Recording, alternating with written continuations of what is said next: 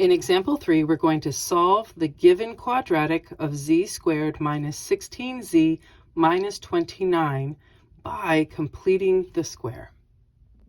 We know from the introduction that we cannot have a third term already present in our quadratic when completing the square. So we have to get rid of it by doing its opposite to move it across the river, across to the other side of the equal sign.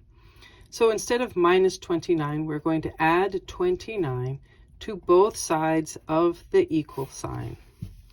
As a result, these 29s cancel out, and we are left with a very nice quadratic of z squared minus 16z plus an unknown equals 0 plus 29, making 29, plus that same unknown. Because as you know, what you have on one side of the equation, you also have to put on the other side of the equation. Let's find out what goes inside the squares, because we are completing the square.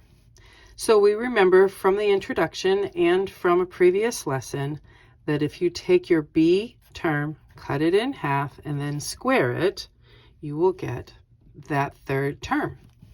So our b is a negative 16. Let's cut that in half, and it gets us a negative 8. The negative 8, then, we square it and get a positive 64. That positive 64 is what is going to go into both of our squares, both of our boxes. So now that I know what goes into both of these boxes, let's begin the process of condensing our perfect square that we intentionally created. So to condense it, this trinomial is going to become a binomial that is squared.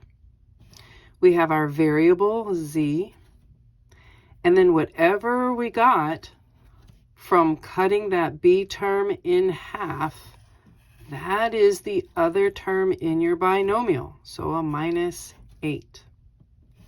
And then on the right side of the equation, we're going to condense that also. 29 plus 64, well, that makes 93.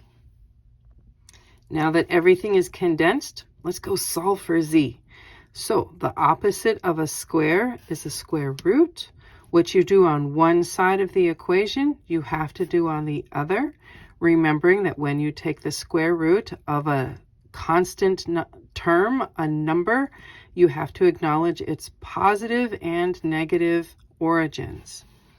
So now we have the square root and the square canceling each other out with a result of just z minus 8 equals the plus and minus, the positive and negative versions of the square root of 93. So we're almost there.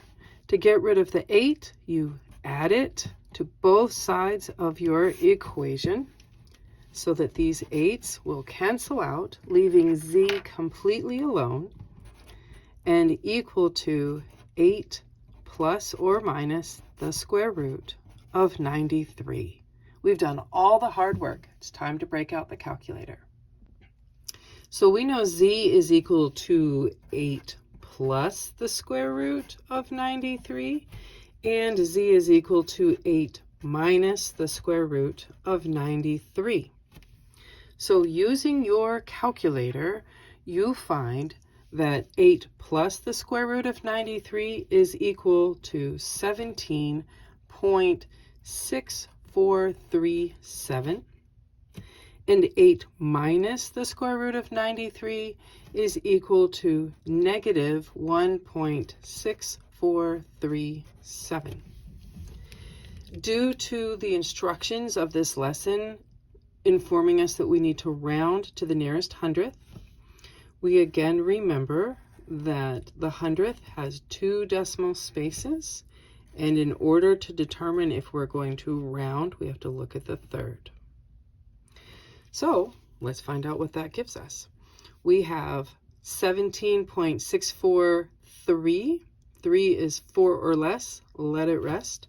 giving us a final answer of 17.64 for the sum of 8 and square root of 93. We have again a 3 with negative 1.643. So that again is going to be 4 or less, let it rest. And thus the difference of 8 and the square root of 93 is negative 1.64. So these are the two locations that our original quadratic of z squared minus 16z minus 29 is going to cross the x-axis. And there you go.